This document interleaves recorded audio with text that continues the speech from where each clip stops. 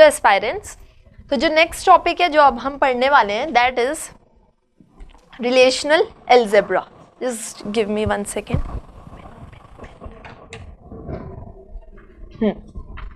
Relational algebra ये क्या? मैंने आपको एक टॉपिक पढ़ाया था दैट इज फंक्शनल डिपेंडेंसी. कि फंक्शनल डिपेंडेंसी क्या होती है कि फंक्शनली एक टेबल दूसरे टेबल पे डिपेंडेंट कैसा है, ठीक है, किसके रोज किसके कॉलम्स के साथ में जोड़ रहे हैं एंड ऑल दैट. तो ये पूरा आपका RDBMS के अंदर ही आता है ना. These are the small rules जो कि RDBMS यूज करेगा. तो अब फॉर एग्जाम्पल अगर मुझे किसी भी कोई भी इंफॉर्मेशन को अगर मुझे एक्सेस करना है जो कि उस डेटाबेस में है, what I will do, I will define a query language. मुझे क्वेरी लैंग्वेज एक क्वेरी वहाँ पे रन करानी पड़ेगी. तो जैसे ही मैंने उस क्वेरी को रन कराया तो क्या होगा, उसके बाद में जो भी आपका डेटा इंफॉर्मेशन जो आपको चाहिए वो एक्सेस होके आ जाएगी. तो that is only known as the relational algebra. It is a procedural query language. Procedure आपके को एक प्रोसीजर के साथ में लिखना पड़ेगा. Use to query the database tables to access the data in different ways. तो हम किस तरह से एक्सेसिबल हो सकते हैं उस टेबल के लिए, तो फॉर दैट हमें बहुत सारे क्वेरी लैंग्वेजेस याद रखने पड़ते हैं और उन्हें यहाँ पे यूज़ करना पड़ता है. In relational algebra input is a relation. Of course एक टेबल पे ही मैं इनपुट लगाऊंगी, क्वेरी लैंग्वेज लगाऊंगी, उसके बाद में जो मुझे आउटपुट मिलेगा that is also going to be a relation only, है ना. वो भी आपको एक टेबल के ही फॉर्म में देगा आउटपुट. पर जो ये वाला टेबल होगा वो क्या होगा, एक टेम्परेरी टेबल होगा holding the data asked for by the user. तो यूजर जिस इंफॉर्मेशन को पूछ रहा है तो उस इंफॉर्मेशन को बताएगा. Relational algebra works on the whole table at once. एक जो पूरा होल टेबल है ना, तो अगर मैंने एक क्वेरी जो भी रन कराई वो उस टेबल के लिए पूरी एप्लीकेबल होगी. ऐसा नहीं कि कुछ रोज हैं तो उसी में ही बस हम उसको यूज़ करेंगे. वो आपके पूरे टेबल पे एक साथ वर्क करेगा और उसके बाद जो भी हमें इंफॉर्मेशन चाहिए उसमें से तो it will going to retrieve it and bring that to us, है ना, in the form of a temporary table, जिसे कहते हैं हम रिजल्ट, कि हाँ इस का पूरा रिजल्ट आ गया हमारे पास में. But we have to specify the table. हमें टेबल को स्पेसिफाई करना जरूरी है.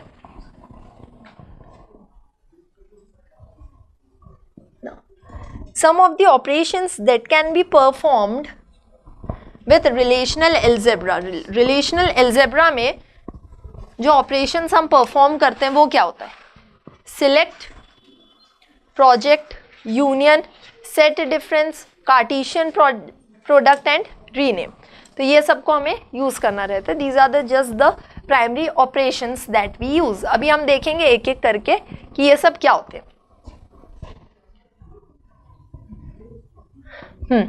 Now first is the select operation. Sigma का साइन आप जानते होंगे कैसा होता है. ये वही है. तो सिलेक्ट ऑपरेशन क्या करेगा, it is use to fetch the rows, जो भी हमारी रोज है, from the table which satisfies a given condition. भाई एक कंडीशन हमने लिख दी, ठीक है, तो वो कंडीशन अगर सेटिस्फाई हो जाती है तो वो टेबल क्या करेगा, वो पूरे रोज को लाके हमें दिखा देगा, एक्सेसिबल करा देगा.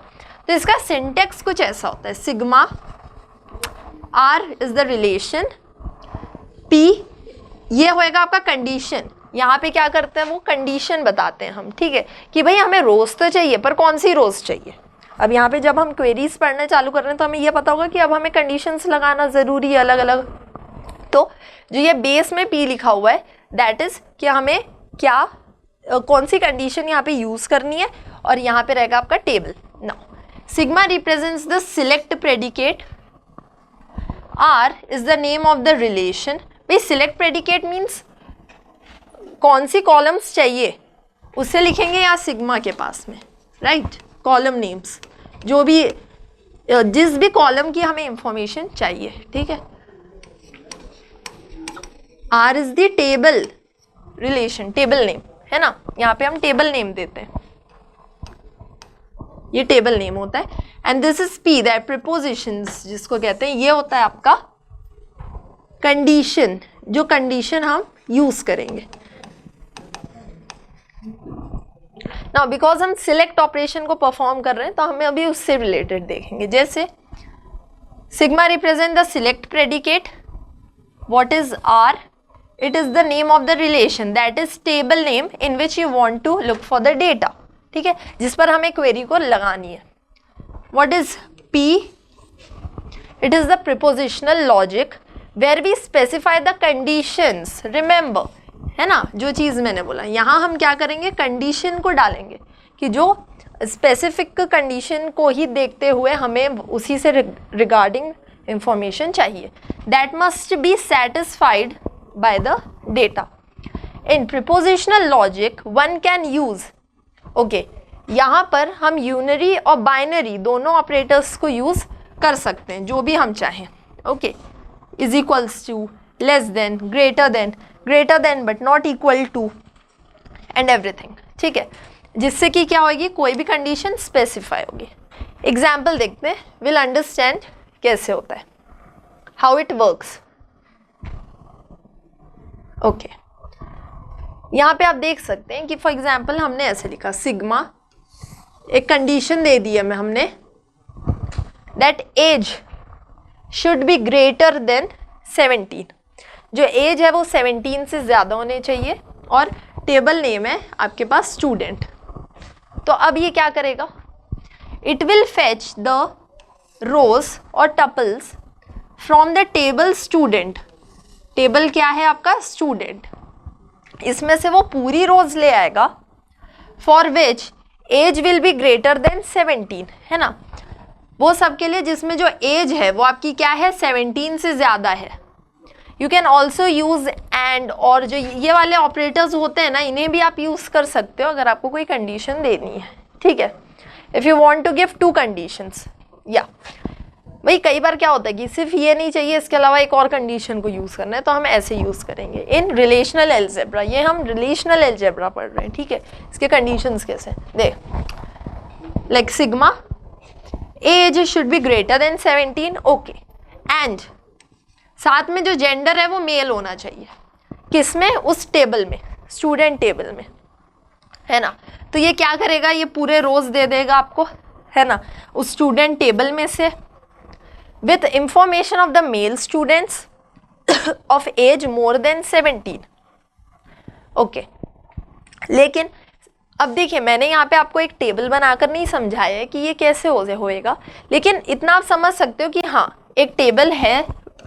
फॉर एग्जाम्पल मैं यहीं पे बना देती हूँ एक छोटा सा टेबल.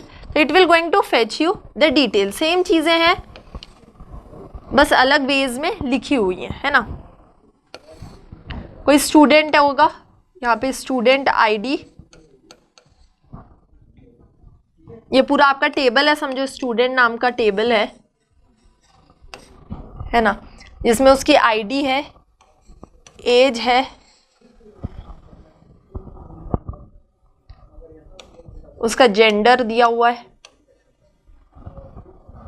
ओके, तो अगर मुझे एज और जेंडर को मिला के पूरी इंफॉर्मेशन चाहिए, ठीक है, तो ये पूरे रोज की इंफॉर्मेशन आ जाएगी. पूरे रो की आएगी. ऐसे नहीं कि स्पेसिफाइड वो चाहिए, नहीं, हमने अभी स्पेसिफाई कुछ किया नहीं, हमने सिर्फ सिग्मा लिखा है. सिग्मा का मतलब हमने क्या पढ़ा था कि it will going to fetch all the rows, जो भी एक स्पेसिफाइड कंडीशंस के अंदर में आप डाल दोगे. ओके, तो ये चीज़ होता है आपका सिलेक्ट ऑपरेशन. नाउ सेकेंड होता है आपका प्रोजेक्ट ऑपरेशन. अब ये क्या होता है, विल सी. पाई, ये पाई का सिंबल है, वहाँ पे आपका सिग्मा का था. Project operation is use to project only a certain set of attributes. अब मुझे पूरे कॉलम्स नहीं चाहिए. जैसे सिलेक्ट में क्या हो रहा था, पूरा आ जाता था, लाइक हम एक क्वेरी नहीं लिखते थे पहले, select asterisk from table name. इसमें क्या होता था कि जितने भी डेटा है पूरे आ जाते थे. एक कंडीशन डाल दोगे आप तो उसमें पूरे कॉलम्स आ जाएंगे, पूरे एट्रीब्यूट्स आ जाएंगे. लेकिन प्रोजेक्ट ऑपरेशन में क्या हो रहा है, अब मुझे अगर स्पेसिफाई कर देना है कि बस मुझे यही सब एट्रीब्यूट्स के ही वैल्यूज़ चाहिए, मुझे कुछ और नहीं चाहिए, तो उसके लिए प्रोजेक्ट यूज़ करूँगी. It is use to project only a certain set of attributes of a relation. एक सर्टेन सेट्स ही चाहिए. If you want to see only the names of all the students. Now एक समझो table है उस table में से मेरे को सिर्फ स्टूडेंट के नाम चाहिए, the name of all the students in the table name, then you can use project operation. It will only project or show the columns or the attributes asked for and will remove the duplicate data from the columns. Okay, and this will be the syntax. ये आपको याद रखना ज़रूरी है, ठीक है, कि syntax इसका कैसे होएगा इन relational algebra. इसमें हम क्या कर रहे हैं भाई, जब हम प्रोजेक्ट ऑपरेशन यूज़ कर रहे हैं, हमने पाई लिखा, जितने भी नाम चाहिए आपको, ठीक है, तो ये पूरे नाम को आप लिख दोगे। ये क्या है, ये आपके एट्रीब्यूट्स है, ये आपके कॉलम नेम्स हैं, A1 A2 what are these are the column names, कि भाई कौन कौन से कॉलम चाहिए मुझे, है ना। Again R it is the table name, okay, A1 A2 etcetera are the attribute name, that column names, ठीक है। फॉर एग्जाम्पल एक टेबल है स्टूडेंट, उसमें से मुझे नेम भी चाहिए स्टूडेंट का और साथ में एज भी चाहिए, और मैंने आगे पाई लगा दी है। तो व्हाट इट विल डू, यहाँ पे हमने कोई कंडीशन नहीं लगाई है, यहाँ हम क्या कर रहे हैं, हम सिर्फ जो एट्रीब्यूट्स हमें चाहिए उनके यहाँ पे नाम लिख दे रहे हैं कि आप बस हमको यही सब एट्रीब्यूट को रिट्रीव करके ला के दे दो। बाई चांस सब चाहिए तो आप सिग्मा यूज़ कर सकते हो, सब वैल्यूज़ नहीं चाहिए, कुछ ही चाहिए तो हमने वो लगा दिया यहाँ पे, okay, constraint. Now our statement will show us only the name and the age column, ठीक है, आपको नाम बताएगा, age for all the rows of the data in the student table. तो स्टूडेंट टेबल का नेम और एज है, ये दोनों फेच होके आ जाएंगे, ओके। तो ये एक एग्जाम्पल है प्रोजेक्ट ऑपरेशन का। सिग्मा मैंने आपको बता दिया, ये है second project. Third is the union. Now, what is union? This operation is used to fetch the data from the two relations. दो टेबल में से। भाई अभी तक हमने प्रोजेक्ट और सिग्मा जो पढ़ा वो क्या था, वो एक सिंगल टेबल पे भी अगर हमें क्वेरीज लगानी है तो हम लगा सकते थे, हम डेटा को फेच कर सकते थे, है ना। सिग्मा में क्या था कि अगर मुझे कोई कंडीशन चाहिए लेकिन पूरे कॉलम्स चाहिए तो मैं सिग्मा यूज़ कर दी। प्रोजेक्ट अगर मुझे कुछ एट्रीब्यूट्स चाहिए, कोई कंडीशन नहीं है, मुझे सिर्फ इंफॉर्मेशन देखनी है, कितने स्टूडेंट्स है, सिर्फ उनका नाम देखना है, तो हम क्या यूज़ कर सकते हैं, project. Third is union. Now union में क्या होता है, जब हम दो रिलेशंस में से कोई डेटा को फेच करते हैं फ्रॉम टू रिलेशंस, और temporary relation result of another operation, ठीक है। हमने कोई और ऑपरेशन भी परफॉर्म किया होगा तो उसका भी कोई एक टेम्परेरी टेबल बना होगा, तो मैं उसमें भी यूनियन लगा सकती हूँ इफ़ आई वांट। साथ में अगर मेरे को कोई डेटा दो टेबल में से एक साथ फेच करना है तो, ठीक है। For this operation to work the tables specified should have same number of attributes. हाँ, अभी यहाँ पे क्या बोल रहा है कि जो भी टेबल है, दो टेबल है जिसमें से मुझे कोई इंफॉर्मेशन चाहिए, तो वो दोनों टेबल में सेम एट्रीब्यूट्स होने चाहिए, ये इंपॉर्टेंट है। जो स्पेसिफाइड टेबल्स है ना, उनमें एट्रीब्यूट्स सेम होने चाहिए उनके, ठीक है, एंड सेम डोमेन में वर्क करना चाहिए। Also the duplicate tuples are automatically eliminated from the result. This is common कि भाई जो भी डुप्लीकेसी है वो पूरी हट जाएगी। ये तो आपका बेसिक्स ही, आपका जो डेटाबेस के कैरेक्टरिस्टिक्स है, इसमें हम सबसे पहले ही ये चीज़ पढ़ते हैं कि RDBMS में आपकी रिडंडेंसी नहीं होती है, जो भी आपकी डुप्लीकेसी है वो आपकी ओवर होते जाती है। सिंटेक्स, ये हमने पढ़ा था, syntax A union B। Now where A and B are relations. Now for example ये दोनों क्या है, ये दोनों आपके टेबल नेम है। अब समझिए आपके पास दो टेबल है, एक रेगुलर क्लास टेबल है, this is table 1 regular class, दूसरा टेबल है extra class. Both have a column. अभी क्लासेस है, ऑफ कोर्स स्टूडेंट से रिलेटेड कोई टेबल होगा, है ना। मैंने टेबल बना के नहीं बताया रीजंस कि दैट इज़ नॉट इतना इंपॉर्टेंट कि एक टेबल बनाया जाए और इसमें अच्छे से आपको और बताया जाए, है ना, आपको इसमें समझ में आ जाएगा। तो समझिए दो टेबल है, एक आपका रेगुलर क्लास का टेबल है, एक आपका एक्स्ट्रा क्लास का टेबल है। इसके अंदर में एक कॉलम है आपके पास में स्टूडेंट नाम का, है ना, जो क्या सेव कर रहा है, स्टूडेंट के नाम को सेव कर रहा है, ओके। मुझे अब ये दोनों टेबल के चाहिए वैल्यूज़, लाइक इवन मैं प्रोजेक्ट यूज़ कर सकती थी। प्रोजेक्ट में क्या होता, एक टेबल के पूरे नाम आ जाते, दूसरे टेबल के नाम आ जाते, तब भी मेरा काम हो रहा था। लेकिन मैंने यूनियन, मुझे एक साथ देखना है, मुझे एक सिंगल स्क्रीन में ये दोनों चीज़ें देखनी है ना। मे बी मुझे कुछ कंपैरिजन करना हो दोनों के बीच में कि कितने स्टूडेंट्स हैं जो एक्स्ट्रा क्लासेस में भी रुकते हैं लेकिन रेगुलर में भी और एक्स्ट्रा में भी है, कई हैं जो रेगुलर में या एक्स्ट्रा में भाग जाते हैं। तो ये सब जब चीज़ें आपको जाननी होती है तो वहाँ पे what we use is union. तो हम क्या करेंगे, लिखा हमने पाए। हमने पाए क्यों लिखा है भाई, हम कंडीशन कैसी वाली डाल रहे हैं, है ना, हम कोई ऑपरेटर्स तो यहाँ पे यूज़ नहीं कर रहे हैं, है ना, इसीलिए। स्टूडेंट, भाई एक कॉलम है ना, नीचे में क्या लिखते हैं हम यहाँ पे, यहाँ हम कॉलम नेम्स देंगे या कोई कंडीशन देंगे, ठीक है। तो प्रोजेक्ट और यूनियन को एक साथ ही यूज़ किया गया, इसलिए यहाँ पे हमने पाई लिखा। हमने यहाँ पे दे दिया अपना छोटा सा कॉलम नेम, टेबल नेम दे दिया रेगुलर क्लास, यूनियन, पाई, स्टूडेंट, एक्स्ट्रा क्लास। अब ये क्या करेगा, ये ऑपरेशन आपको क्या करेगा, वो पूरे स्टूडेंट्स दे देगा जो कि रेगुलर क्लास में भी हैं और आपके एक्स्ट्रा क्लास में भी है। ये दोनों को आपको प्रोवाइड करा देगा, ठीक है, पूरा एक्सेस आपको मिल जाएगा ये दोनों क्लासेस के स्टूडेंट्स का। तो this is union. Now next condition is set difference. Set difference क्या होता है, this operation is used to find the data present in one relation. One relation means one table and not present in the second relation, ठीक है। Intersection जो होता था, set differences, sets हमने पढ़े भी है पहले भी, स्कूल टाइम पे भी आप लोगों ने पढ़ा होगा मैथ्स में, तो वही होता है। यूनियन में क्या होता था, दोनों फंक्शंस के पूरे डेटा एक साथ आ जाते थे जो भी चाहिए हमें। लेकिन सेट डिफरेंस में क्या होता था कि जो कॉमन है दोनों में, एक में है एक में नहीं है ना, तो वो आपके यहाँ पे आ जाएंगे। वो सब डेटा जो कि वन रिलेशन में प्रेजेंट है लेकिन दूसरे में नहीं है। This operation is applicable on two relations just like union. Same union type ही है, ये है सिंटैक्स। अब अगेन ए एंड बी क्या है, आपके दो टेबल है ना। हमें स्टूडेंट के नाम चाहिए who attend the regular class, the same thing मैंने बताया जो है ना, कि जो रेगुलर क्लास को अटेंड करते हैं बट एक्स्ट्रा क्लास को नहीं करते attend, then we use the below operation, ठीक है। रेगुलर क्लास करते हैं लेकिन एक्स्ट्रा क्लासेस नहीं करते, इसके लिए हम सेट डिफरेंस को यूज़ करेंगे। लेकिन हमें एक बार में ही अगर पूरे इंफॉर्मेशन चाहिए कि कौन कौन से स्टूडेंट्स आपके रेगुलर में भी हैं और साथ में एक्स्ट्रा क्लासेस में भी है, तो for that what we can use union.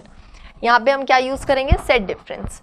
तो ये है आपका सिंटेक्स, क्या रहेगा, again same thing, pi, this is the column name, student, regular class. अब यहाँ पे मैं लगाऊंगी minus sign, that is set difference sign, same pi, student, extra class.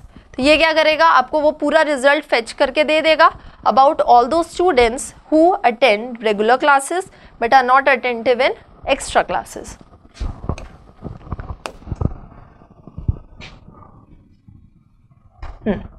Next is Cartesian product. Now it is used to combine the data, from two different relations, into one and fetch data from the combined relation. What it will do, पूरी information दोनों table की ले आएगा और उसके बाद में उसमें से कोई डेटा को हम फेच करेंगे, जो भी एक न्यू टेम्परेरी टेबल जो क्रिएट होके आया है रिजल्ट टेबल उसमें से। तो इसका सबसे पहले syntax A cross B, cross is for Cartesian product. Now if I want to find the information of for regular class and extra class which are conducted during morning.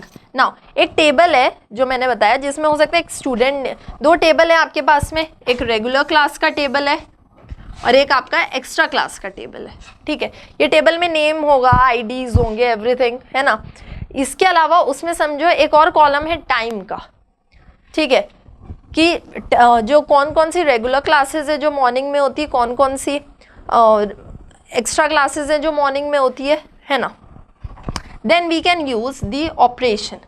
What we have to find is कि regular class and extra class, ठीक है, ये दोनों में से कौन सी classes हैं जो कि मॉर्निंग में होती हैं. तो व्हाट आई विल डू, देखिए अब यहाँ पे देखिए, यहाँ हमने सिग्मा को यूज़ किया पर हमने यहाँ पाई नहीं यूज़ किया. Reason because we are giving a condition, इसीलिए सिग्मा यूज़ किया. जब भी हमको कंडीशंस दें, हमने यहाँ ऑपरेटर भी यूज़ किया इज इक्वल्स टू का, इसलिए. तो sigma time equal to morning. Make sure कि जब हम यहाँ पे कंडीशन दे रहे हैं तो जो कॉलम नेम है ये प्रेजेंट हो उस टेबल में, नहीं तो वो आपको एरर दे देगा.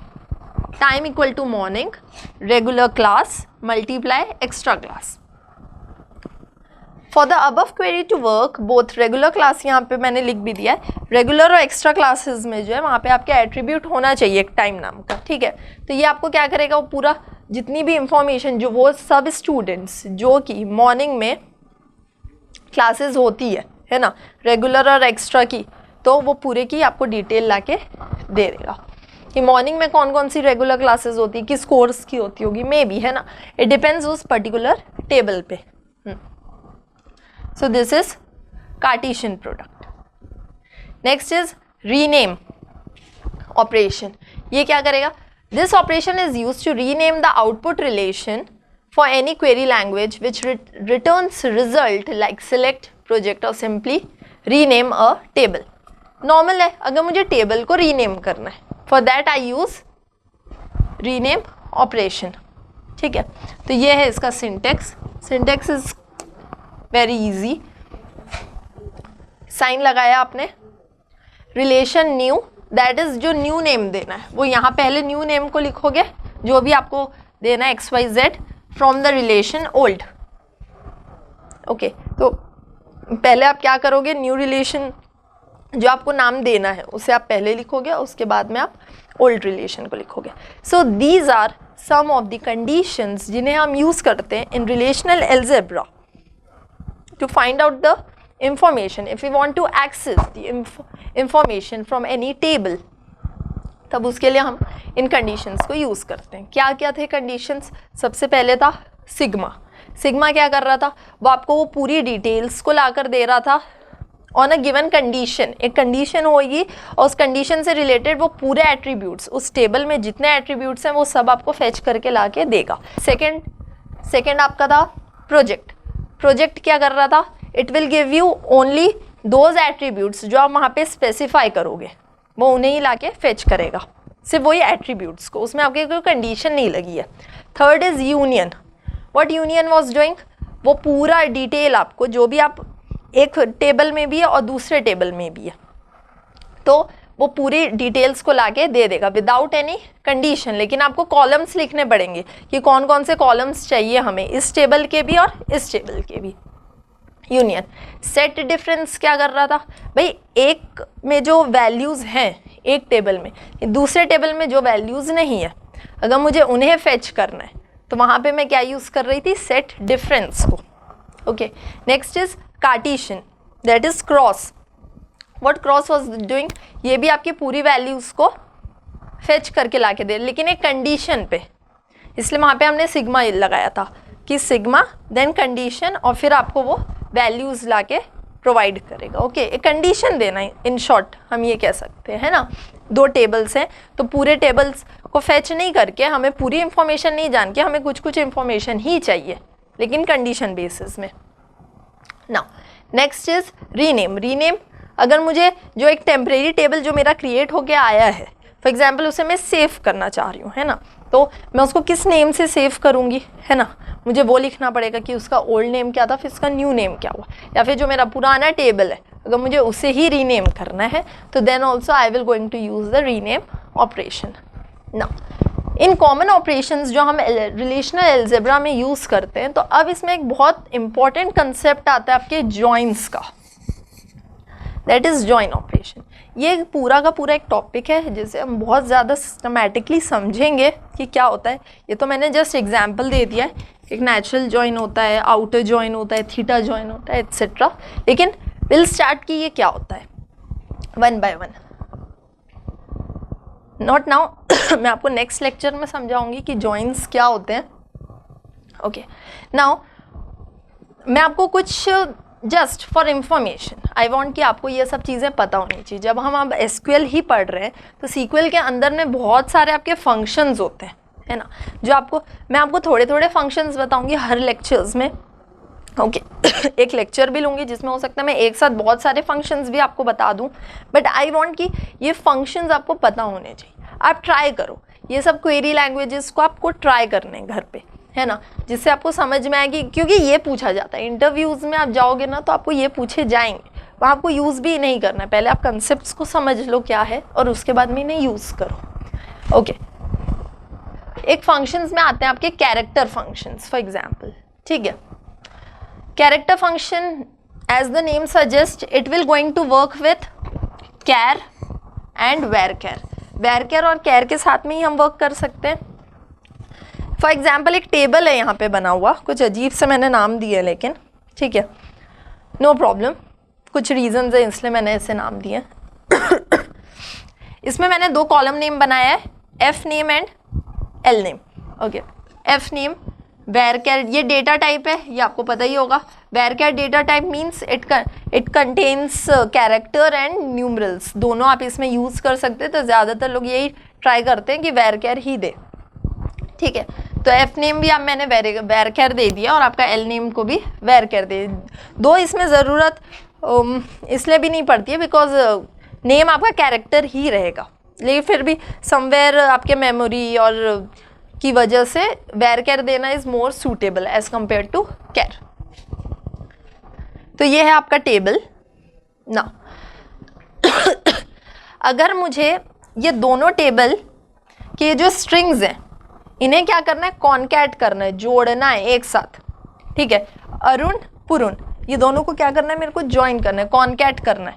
तो what I will do to concat, ये है मेरी क्वेरी जो मैं लिखूंगी। क्या लिखा है, select concat F name string 1 और स्ट्रिंग 2 पहले तो। ठीक है, उसके बाद मतलब कि यहाँ पे आप दे दोगे कॉलम नेम्स जो है ना। तो हमने कॉन्कैट किया, हमने दोनों कॉलम नेम्स दे दिए। क्या क्या, जो भी दोनों नाम को हमको क्या करना है, कॉन्कैट करना है, जिस भी कॉलम के उनका नाम फ्रॉम EMP, ये आपका टेबल नेम हो गया। ठीक है, ये कॉन्कैट कर देगा F name comma L name को। आउटपुट क्या आएगा मेरे पास, ऐसे। These are just the basic छोटे छोटे से फंक्शंस हैं। ठीक है, अरुण पुरुन, तरुण अरुण, तो आप इनको just for fun you can use it. Now to have space between two names, अगर मुझे दो नाम के बीच में स्पेस चाहिए, है ना, तो MySQL में मैं कैसे लिखूंगी इसको, सिलेक्ट कॉन्कैट। अब F name comma N name कर रहे थे, एल नेम तो क्या हो रहा था, दोनों जुड़े हुए आ रहे थे, बीच में क्या करो, स्पेसेस डाल दो, कोई प्रॉब्लम नहीं है, स्पेस आ जाएगा फ्रॉम EMP। ये लो मेरे भी यहाँ पे स्पेस आ गया, फ्रॉम टेबल नेम। ओके, यहाँ आप कितने भी पैरामीटर्स दे सकते हैं, लेकिन इन SQL not in Oracle, remember. ठीक है, SQL जो है वो बहुत पैरामीटर्स प्रोवाइड करवाता है, तो you can use it.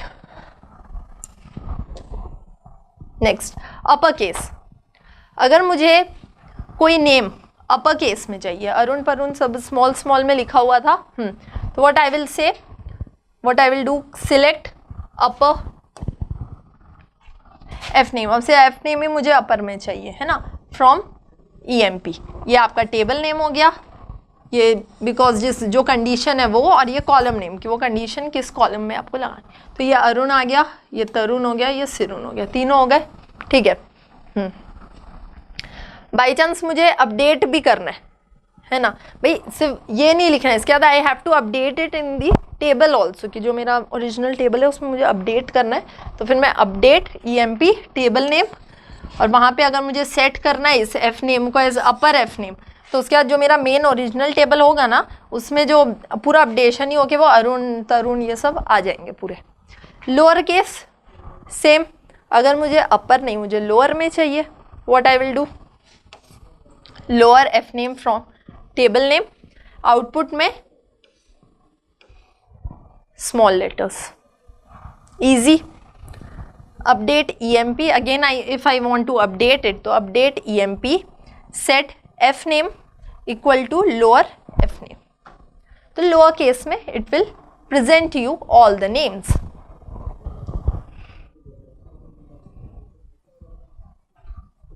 Okay, now one thing, for example ये मेरे पास मेरा कॉलम नेम है, ये समझो।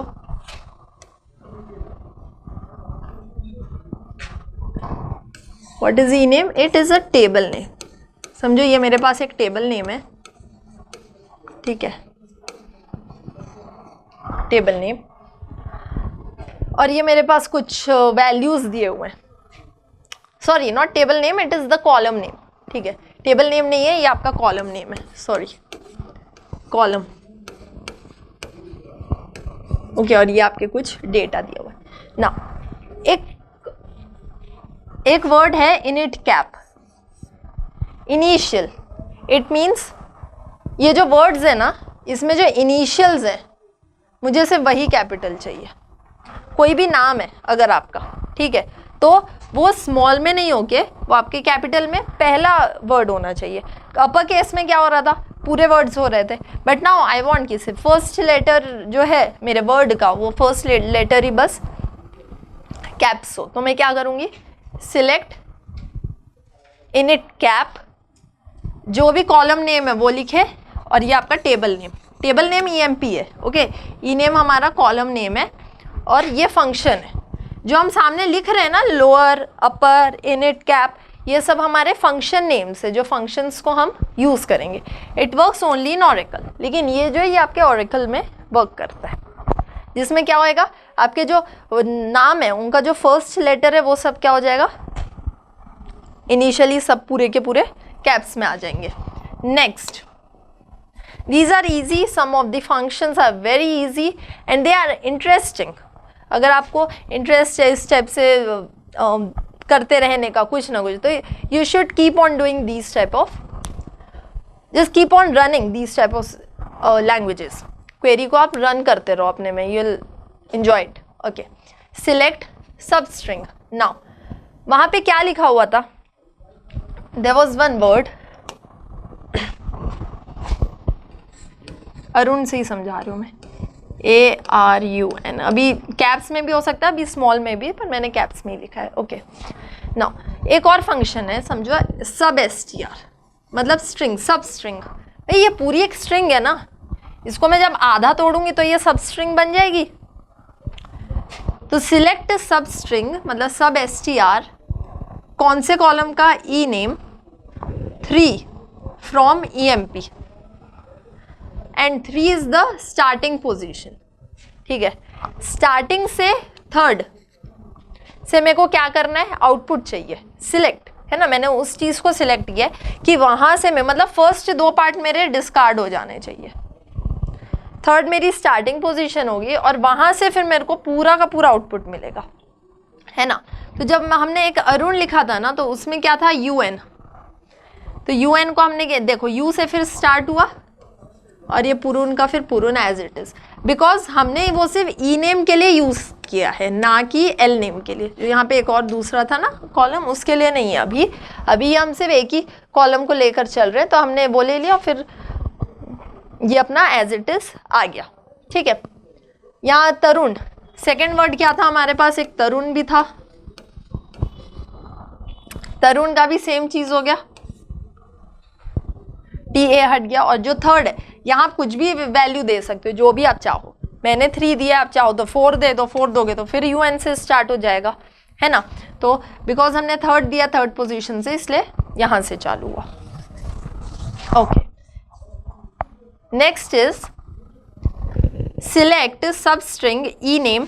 चलो भाई, हमने तो बता दिया कि 3 से स्टार्ट करना है। अब 3 के बाद उसने क्या किया, पूरी वैल्यूज दे दी उस कॉलम के लिए, जो स्पेसिफाइड कॉलम था। यहाँ पे शायद एक ही कॉलम था, हमने जो प्रीवियसली जो हमने 2 टेबल्स देखे ना, तो जो पहला टेबल था उसमें एफ नेम और एल नेम अलग अलग था, लेकिन जब मैंने एक और आपको अभी बताया था तो उसमें ई नेम ये पूरा था, ये पूरा आपका क्या था, एक ई नेम कॉलम था, है ना। तो उस ई नेम में ही हम फंक्शंस कर रहे हैं अलग अलग। तो उस एक कॉलम में क्या हुआ, जब मुझे सिर्फ एक सबस्ट्रिंग चाहिए जहाँ से स्टार्ट करना है, मैंने उसे स्पेसिफाई कर दिया, उसका नंबर स्पेसिफाई कर, उसकी पोजीशन को स्पेसिफाई कर दिया, ठीक है। तो वहाँ से आ गया, वहाँ से वो पूरी कहानी को फेच कर दिया।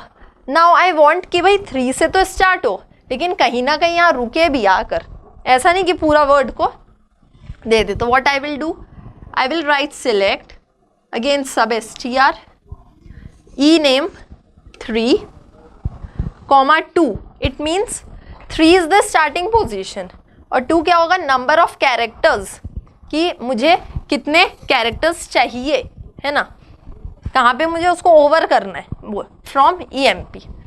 भाई मुझे स्टार्ट ज़रूर 3rd पोजीशन से करना है, लेकिन इसके बाद में आई वांट कि सिर्फ दो ही आए उसके कैरेक्टर्स, मुझे पूरे कैरेक्टर्स नहीं चाहिए। तो उसके लिए मैं इसको यूज़ करती हूँ। तो देखिए फ्रेश में ये कैसा रहेगा, this is the SQL query that you will use, है ना। तो फिर आउटपुट में क्या आएगा, देखो अरुण है तो UN आ गया, लेकिन उसके बाद मैंने कैरेक्टर्स को भी डिक्लेयर कर दिया कि मुझे 2 ही कैरेक्टर्स चाहिए, तो इसलिए UN हो गया। सेकंड में RU, तो RU और फिर अगेन RU, तो RU। ओके, ये है मेरा output for this query.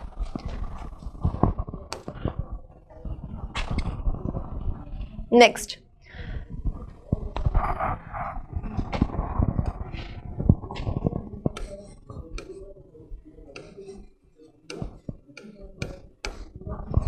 Arun. Now what I want, select sub str ename -3 from EMP। अब यहाँ पे क्या लिखा हुआ है आपके -3, तो ये क्या करेगा, ये जो वैल्यू है अब इसको घटा के बताएगा, ठीक है, कि भाई सिर्फ 3 वैल्यूज चाहिए, पर कहाँ से, बैक से 3 चाहिए। ये देखिए, आप देखेंगे ना तो ये वर्ड्स के जो बैक के हैं वो तीनों दिए हुए हैं आपके, 3 किसके बैक के, ये जो पुरून लिखा था, अरुण के बाद में ये पुरून भी लिखा था, ये तो इसने -3 कर दिया ना हमने, +3 था, तब क्या हो रहा था, 3rd पोजीशन से स्टार्ट हो रहा था। -3 मीन्स जो लास्ट है, लास्ट से, तो लास्ट से आपको ये दे देगा, लास्ट की वैल्यूज, लास्ट की जो 3 अल्फाबेट्स हैं वो पूरे इसमें आ जाएंगे। ओके, नेक्स्ट, सिलेक्ट सब str ename -3 to, same thing, भाई लास्ट से पूरी वैल्यूज नहीं चाहिए अब मुझे, व्हाट आई वांट कि लास्ट से -3 तक लेकिन सिर्फ 2 ही वैल्यू चाहिए। तो क्या करेगा, पहले ये -3 तक जाएगा, है ना, मतलब अगर जैसे यहाँ पे 4 लिखा रहता तो वो U तक जाता पूरा, उसके बाद में मैंने लिखा है +2, मतलब उसके बाद के 2 कैरेक्टर्स या उसके बाद के 3 कैरेक्टर्स। तो सेम थिंग है कि अगर मैंने लिख दिया है यहाँ पे, ये जैसे पुरून लिखा हुआ है आपके पास, ठीक है, और ई नेम मैंने कहा -3, तो वो क्या करेगा, पहले बैक साइड से वो 3 कैरेक्टर्स आएगा, उसके बाद में +2 तक वो प्रिंट करेगा, it will print RU। Okay, ये प्रिंट हो जाएगा। तो क्या प्रिंट हो, देखो रू 3 बार आ गया लिखा हुआ, ये चीज़। Next, now if I want to replace, जो भी मैंने ई नेम में जो मैंने डेटा दिया है उसके अल्फ़ाबेट्स को अगर मुझे रिप्लेस करना है, ठीक है, तब मैं उसे कैसे यूज़ करूँगी, select replace will be the function name, E name क्या है आपका, कॉलम नेम, UN प्रीवियस में जो था जैसा हमें रीनेम करना है, मैंने आपको अभी रिलेशनल अलजेब्रा में हमने पढ़ा था कि रीनेमिंग कैसे की जाती है। हम पहले प्रीवियस वाले को लिखते हैं, उसके बाद में जो हमें चेंज करना है उसको।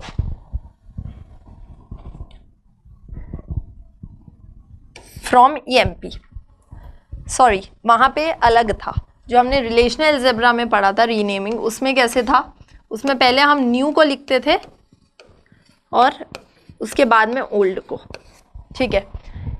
यहाँ पे जब हम क्वेरीज में उस चीज़ को लिखेंगे तो यहाँ पे ये चेंज हो जाता है। यहाँ पे हमने लिखा है कि कौन से वाले 2 अल्फ़ाबेट्स को हमें बदलना है, और अल्फ़ाबेट्स को बदलना किससे है, ये, तो दिस इज़ न्यू, न्यू को यहाँ पे हम बाद में लिख रहे हैं और यहाँ पे ओल्ड, ठीक है। From table name. तो क्या होगा, देखो अरुण की जगह UN की जगह XY आ गया, XY जो भी हो पूरे आ जाएंगे, ठीक है। तो इसका यूज़ कहाँ किया जाता है, जो भी इसका प्रैक्टिकल यूज़ है वो सबसे ज़्यादा होता है इंक्रिप्शन में। इंक्रिप्शंस देखना, कई बार चीज़ें लिखी होती है, तो जैसे कुछ 2-3 वर्ड्स अल्फ़ाबेट्स लिखे रहेंगे, उसके बाद में पूरे आपके सेम पैटर्न में चलेंगे अल्फ़ाबेट्स, है ना। तो वो कहीं ना कहीं इंक्रिप्ट करने के लिए यूज़ किया जाता है।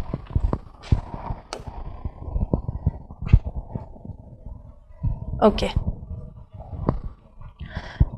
तो आज के लिए मैं आप लोग को सिर्फ इतने ही फंक्शंस बताऊंगी, ठीक है। इसके आगे के फंक्शंस हम नेक्स्ट लेक्चर्स में करेंगे। उसके साथ ही मैं एक बहुत इंपॉर्टेंट टॉपिक भी आपको नेक्स्ट में पढ़ाने वाली हूँ, that is the joints. Joints को आपको एग्जाम्स में भी पूछा जाता है, आपके इंटरव्यूज़ में भी it plays a very important role. So take care during this COVID-19, keep following GATE Academy Plus, and with this I sign off. Thank you.